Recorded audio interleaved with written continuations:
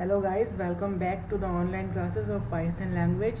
As you all know that we were discussing about basic computer organization, and we have discussed a little bit about it. We have discussed about input devices, output devices, input and output unit, I can say that, and after that we have described about CPU. ठीक है, let's see this page. Okay, this is now open. So that was the architecture on which we were talking about. We have talked a lot about it. We have talked about ALU, CU, registers, input, and this one, that is output unit. तो हम इतनी हमारी जो बात थी वो complete हो चुकी थी. Now what, अब क्या है, अब नया क्या है? अब देखो, today we are going to discuss about this portion, that is memory. Okay, just a minute. So this one here, आज हम बात करने जा रहे हैं मेमोरी के बारे में, और उसे कंप्लीट करने के बाद हम कोशिश करेंगे कि कंप्लीट करें स्टोरेज यूनिट. ठीक है, तो मेमोरी की जब हम बात करेंगे, यहाँ पे ये जो आप यहाँ मेमोरी लिखा हुआ देख रहे हो, इस मेमोरी का मतलब सीधे सीधे यहाँ से है, which is written here main memory और प्राइमरी मेमोरी. जब हम मेमोरी की बात करेंगे तो ये जो मेमोरी है, ये मेमोरी रिप्रेजेंट करती है हमारी कंप्यूटर सिस्टम की मेन मेमोरी को, और मेन मेमोरी को ही हम प्राइमरी मेमोरी बोलते हैं. तो इसमें कंफ्यूज होने की ज़रूरत नहीं है. ठीक है, तो हमारी जो मेमोरी है, it is divided into two parts. First part is known as RAM and second part is known as ROM, that is read only memory. It is also written here, this one. ठीक है, तो हमारी जो ये memory है, या हम बोल सकते हैं मेन मेमोरी है, या हम बोल सकते हैं प्राइमरी मेमोरी जो है हमारी. तो ये सिनोनिम टर्म्स हैं, इनमें कंफ्यूज मत होइएगा. ये फर्दर कैटेगरी डिवाइडेड है टू पार्ट्स में, and these main parts are, part number 1 is RAM and part number 2 is ROM.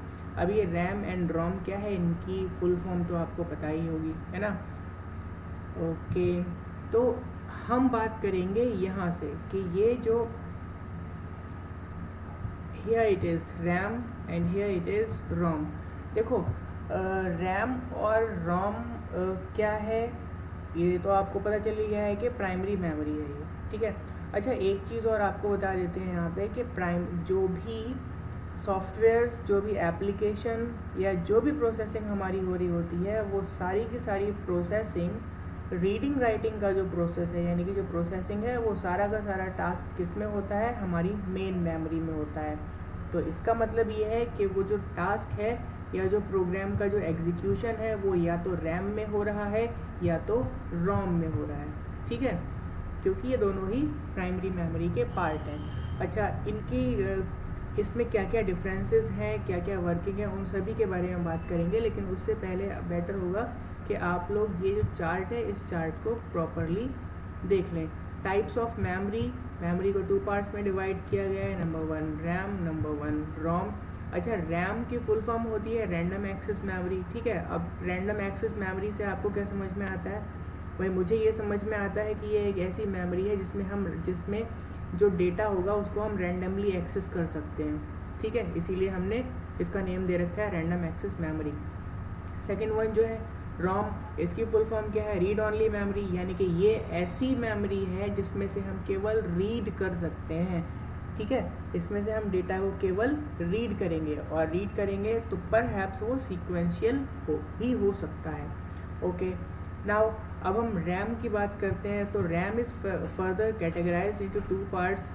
Number 1 is S RAM, number 2 is D RAM. ठीक है, अब ये एस रैम और डी रैम क्या है, इस पे हम आगे डिस्कस करेंगे. और इस साइड में अगर हम देखेंगे तो आपको दिखेगा कि ROM is further categorized into 3 parts. Number 1 is PROM, number 2 is EPROM and number 3 is EEPROM. ठीक है, तो ये रैम और रोम की बात हो गई कि बेसिकली चार्ट के बेस पे कहाँ पे किस तरह से ये कैटेगराइज हैं. अच्छा, ये सब इस सबको थोड़ी सी देर के लिए हम होल्ड करते हैं। आप ये जो वाइफरकेशन है, ये वाइफरकेशन तो समझ ही गए होंगे, लेकिन मुझे लगता है कि इसको आगे एक्सप्लेन करने से पहले आपको एक कहानी समझा दें, ठीक है। तो वो कहानी कुछ इस तरह से है कि पहले मैं पेज को ऊपर स्क्रॉल कर लेता हूँ। हाँ, तो हम पहले यहाँ पे बात कर लेते हैं। यहाँ पे एक कहानी आपको बता दें। ये हमारी मेमोरी है जिसको हमने प्राइमरी मेमोरी बोला, और ये जो है ये स्टोरेज यूनिट है। स्टोरेज यूनिट को आगे जाके हम ऑक्सिलरी मेमोरी या फिर सेकेंडरी मेमोरी भी बोलेंगे, ठीक है। कई सारे नेम्स हैं, कंफ्यूज मत होना।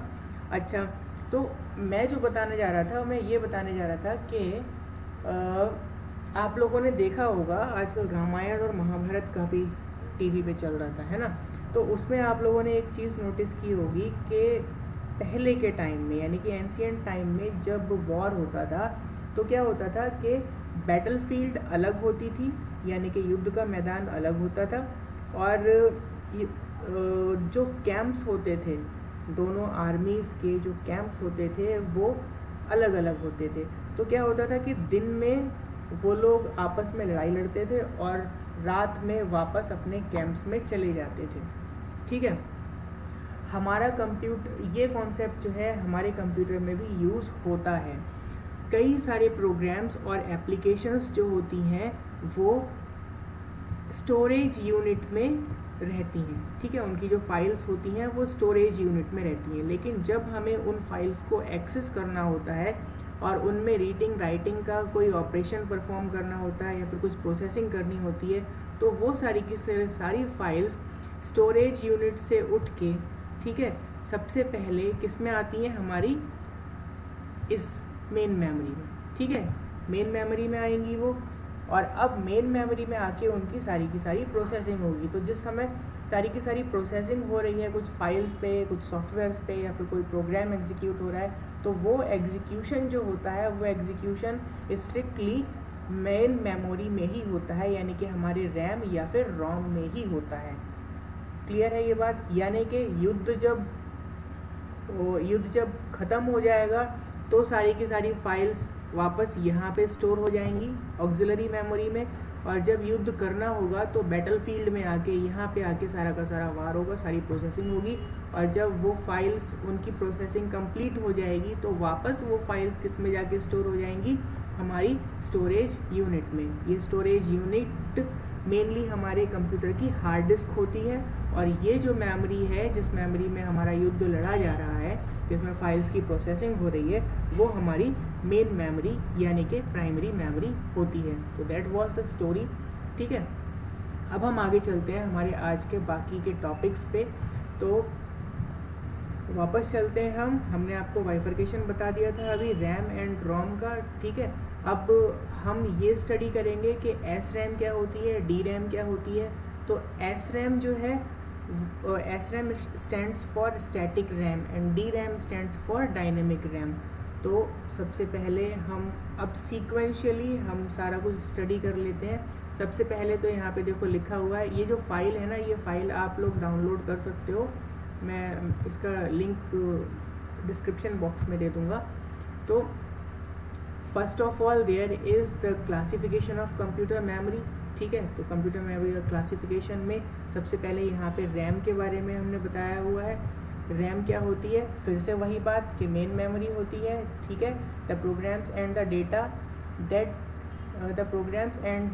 Data that the CPU requires during execution of programs are stored in the memory, यानी कि एग्जीक्यूशन के टाइम पे जो भी डेटा रिक्वायर होता है वो मेमोरी में स्टोर होता है। It is volatile memory. Volatile का जो मीनिंग था वो पिछली बार भी बता चुके थे। रैम वॉलेटाइल मेमोरी होती है क्योंकि जब भी अगर सडनली पावर डाउन हो जाती है, पावर टर्न ऑफ हो जाती है, इन दैट केस जो भी हम वर्किंग कर रहे होते हैं हमारी रैम में, वो सारी की सारी लॉस्ट हो जाती है, ठीक है। So we loses data in such situation, okay. अब यहाँ पे देखो रैम का क्लासिफिकेशन आ गया। Number 1 D RAM, number 2 S RAM. D stands for dynamic and S stands for static. देखो ये दोनों ही रैम हैं, ठीक है। लेकिन इन दोनों में काफ़ी डिफरेंस है। वो डिफरेंस क्या है? वो डिफरेंस आपको ऑन स्क्रीन जो ये टेबल शो हो रही है इसमें समझ में आ जाएगा। देखो डी रैम यानी कि डायनेमिक रैम जो है वो मिल के बनती है टाइनी कैपेसिटर्स से, और ये कैपेसिटर्स जो है इलेक्ट्रिसिटी लीक करते हैं। ठीक है, तो अभी कैपेसिटर्स क्या होता है? कैपेसिटर के बारे में आप ब्रॉडली पढ़ेंगे ग्रेजुएशन में। ठीक है, तो डायनेमिक रैम जो है कैपेसिटर्स से मिलके बनती है, और स्टैटिक रैम जो है ये static RAM D flip flop से बनती है। ये भी आपके ग्रेजुएशन में डिजिटल इलेक्ट्रॉनिक्स का पार्ट है, उसमें आएगा। फिलहाल यहाँ हमारे इस क्लास में आपको इतना ज़्यादा डीप जाने की ज़रूरत नहीं है। Okay, point number 2, D RAM requires a recharge every few millisecond to maintain its data। देखो डायनेमिक रैम जो है इसमें फर्स्ट वाले पॉइंट में लिखा हुआ है कि इलेक्ट्रिसिटी लीक होता है। इलेक्ट्रिसिटी लीक होता है यानी कि सिग्नल इसमें वीक हो जाता है अगर ज़्यादा देर तक डेटा को होल्ड करके रखना होता है तो in such case again and again हमें इसको रिचार्ज करना होता है। ये ऑटोमेटिकली होता है, आपको मोबाइल का प्लग लगा के इसको रिचार्ज नहीं करना होता है, सिस्टम ऑटोमेटिकली करता है। तो कुछ मिली सेकेंड्स के बाद ये रिफ्रेश होती है मेमोरी, और रिफ्रेश होती है उसके बाद जो इलेक्ट्रिसिटी लीक हो रही है वो मेंटेन हो जाती है। ठीक है, on the other hand if we talk about S RAM यानी कि स्टैटिक रैम, तो स्टैटिक रैम क्या करती है? It holds contents as long as the power is available. जितनी देर तक पावर अवेलेबल है वो कंटेंट को होल्ड करके रखती है। ठीक है, बेसिकली इसका यूज़ एस रैम का जो यूज़ है वो कैश मेमोरी में होता है। कैश मेमोरी क्या होता है वो आपको आगे बताया जाएगा। अच्छा, डायनामिक रैम इनएक्सपेंसिव होती है यानी कि सस्ती होती है, लेकिन स्टैटिक रैम जो होती है वो एक्सपेंसिव होती है। ठीक है, slower then S RAM and this is faster than D RAM. तो वी कैन से दैट कि डायनामिक रैम जो है ये इसकी प्रोसेसिंग स्लो होती है डायनामिक रैम की, लेकिन स्टैटिक रैम की जो प्रोसेसिंग है वो फास्ट होती है एक दूसरे के कंपैरिजन में। डी रैम जो है it can store many bits per chips. ठीक है, कई सारी बिट्स यानी कि मल्टीपल बिट्स का डेटा पर चिप स्टोर कर सकती है। कौन? Dynamic RAM. On the other hand if we talk about static RAM, it can not store many bits per chips. Actually static RAM की जो डेटा को स्टोर करने की कैपेसिटी है वो बहुत कम होती है। सिंस कैपेसिटी कम है, डेटा बहुत लिमिटेड है, that's why it is more faster than dynamic RAM. Clear? Okay, point number 6, uses less power. D RAM को कम पावर कंजप्शन की ज़रूरत होती है, लेकिन स्टैटिक रैम को मोर पावर रिक्वायर्ड रहती है। ठीक, point number 7, D RAM generates less heat, on the other hand S RAM generates more heat. ठीक है, इसमें समझाने वाला कुछ नहीं है।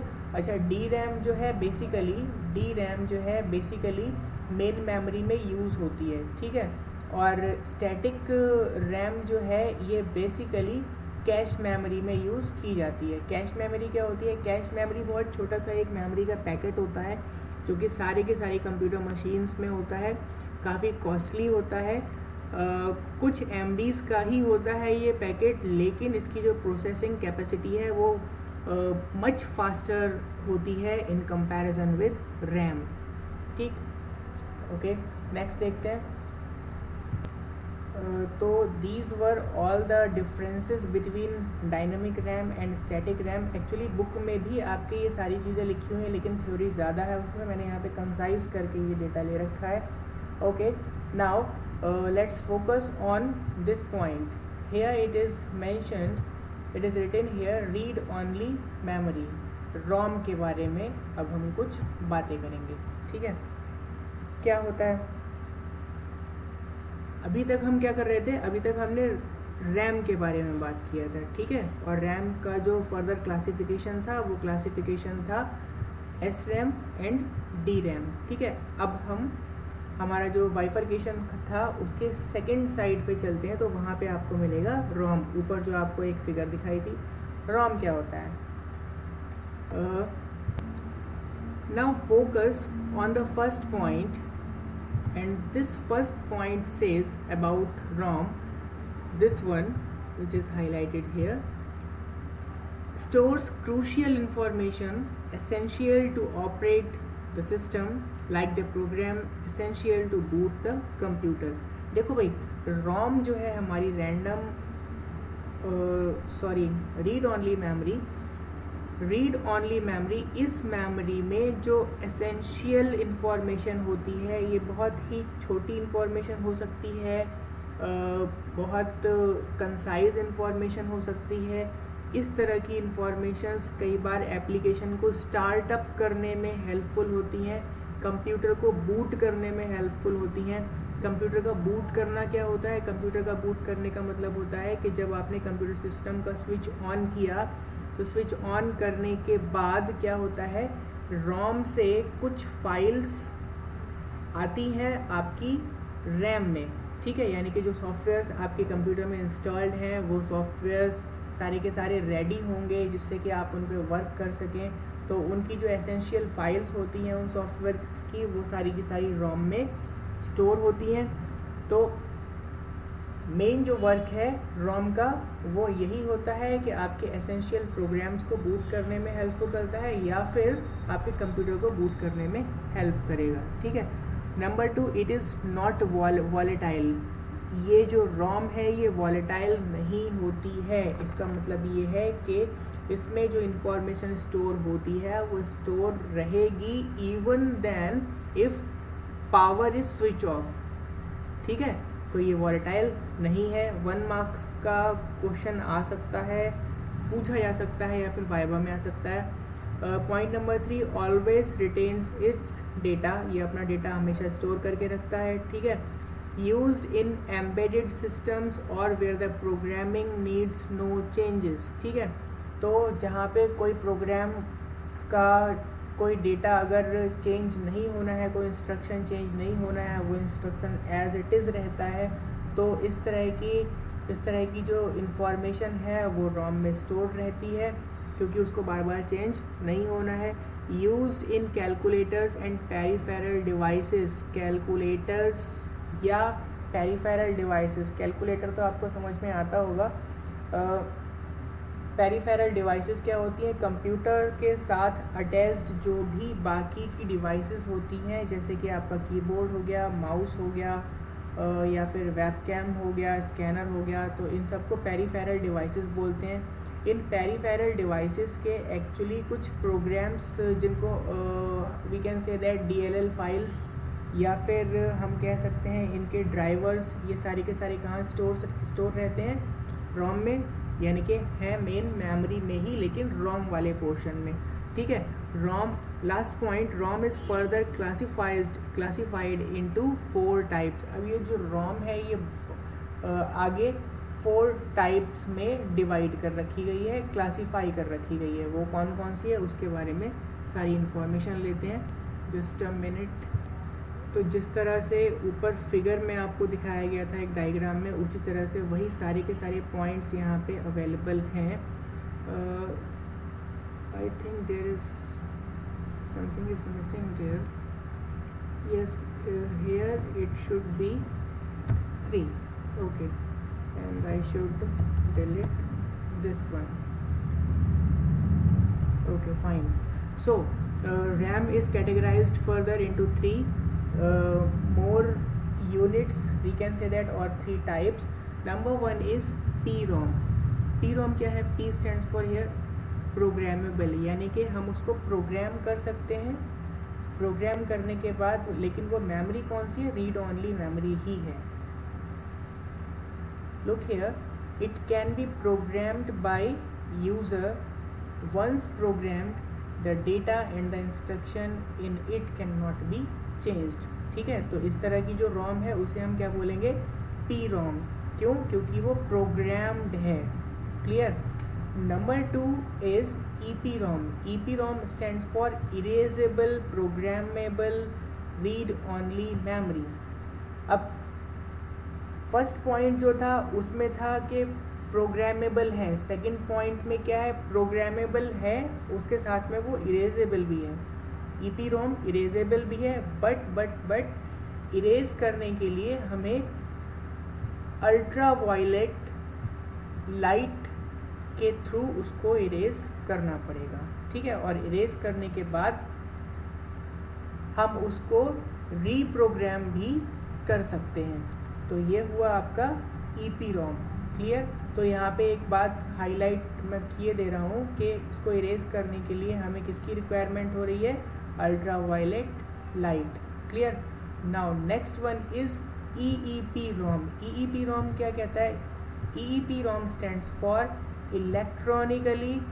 Electrically erasable programmable read only memory. यानी कि हम यहाँ पे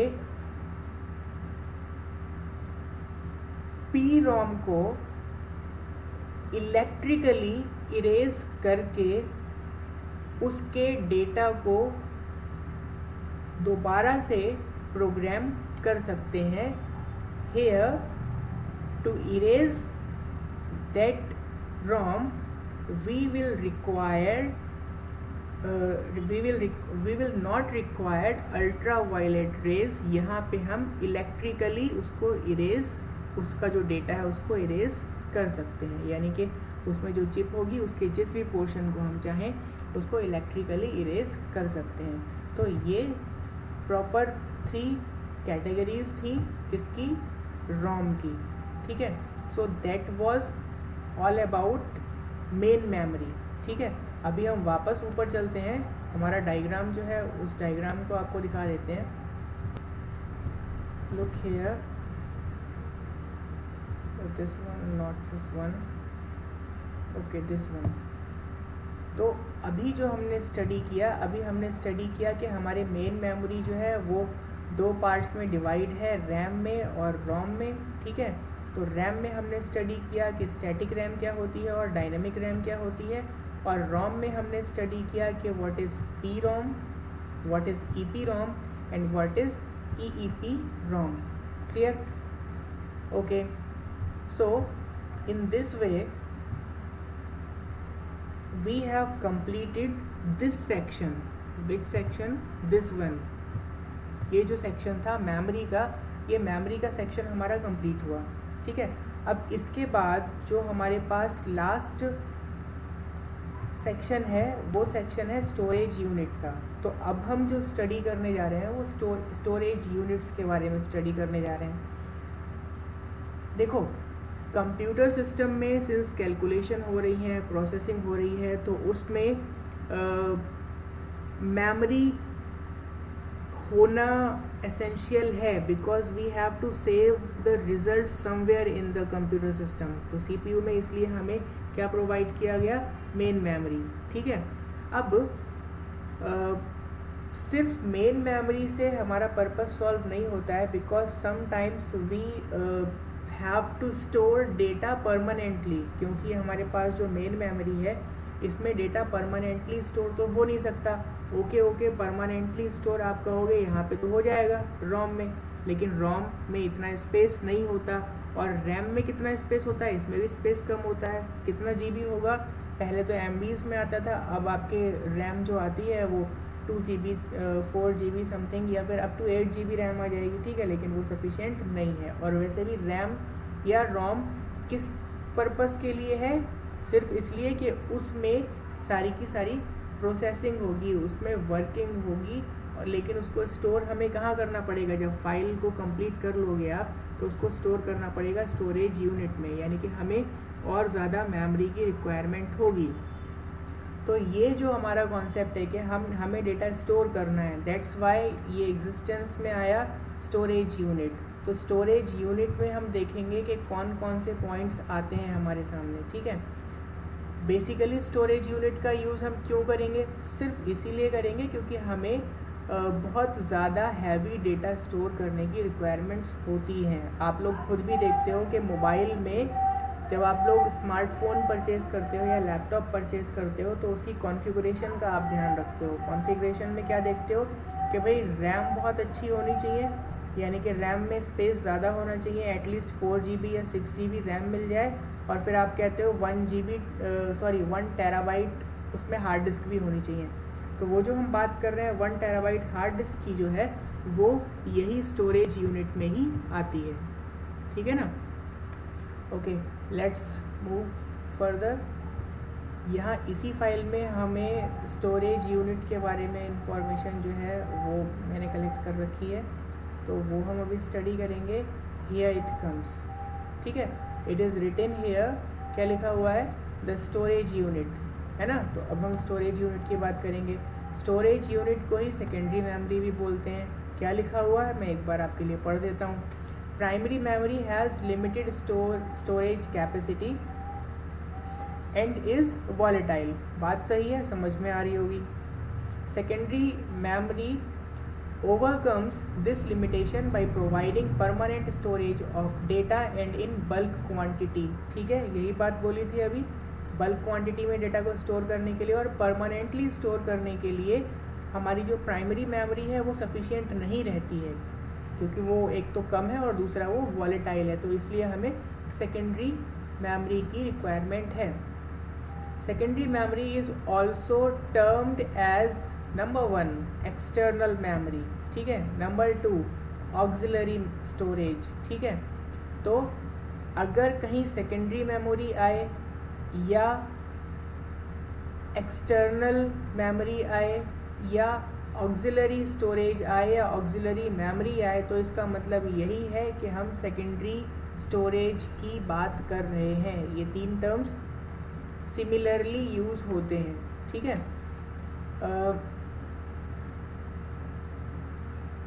तो इस तरह से हमारे पास जो सेकेंडरी मेमोरी का ऑप्शन है, उस सेकेंडरी मेमोरी के लिए हमारे पास बहुत सारे ऑप्शंस हैं। उन सारे ऑप्शंस की बात करेंगे, जैसे कि पेन ड्राइव हो गई, हार्ड ड्राइव हो गई, फ्लॉपी हो गया, है ना, कॉम्पैक्ट डिस्क हो गई, वो सारी बातें करेंगे हम। लेकिन उससे पहले यहाँ पे क्या है, यहाँ पे डिफरेंस है। पहले डिफरेंस समझ लीजिए, किसके बीच में डिफरेंस है, प्राइमरी मेमोरी के बीच में और सेकेंडरी मेमोरी के बीच में, ठीक है।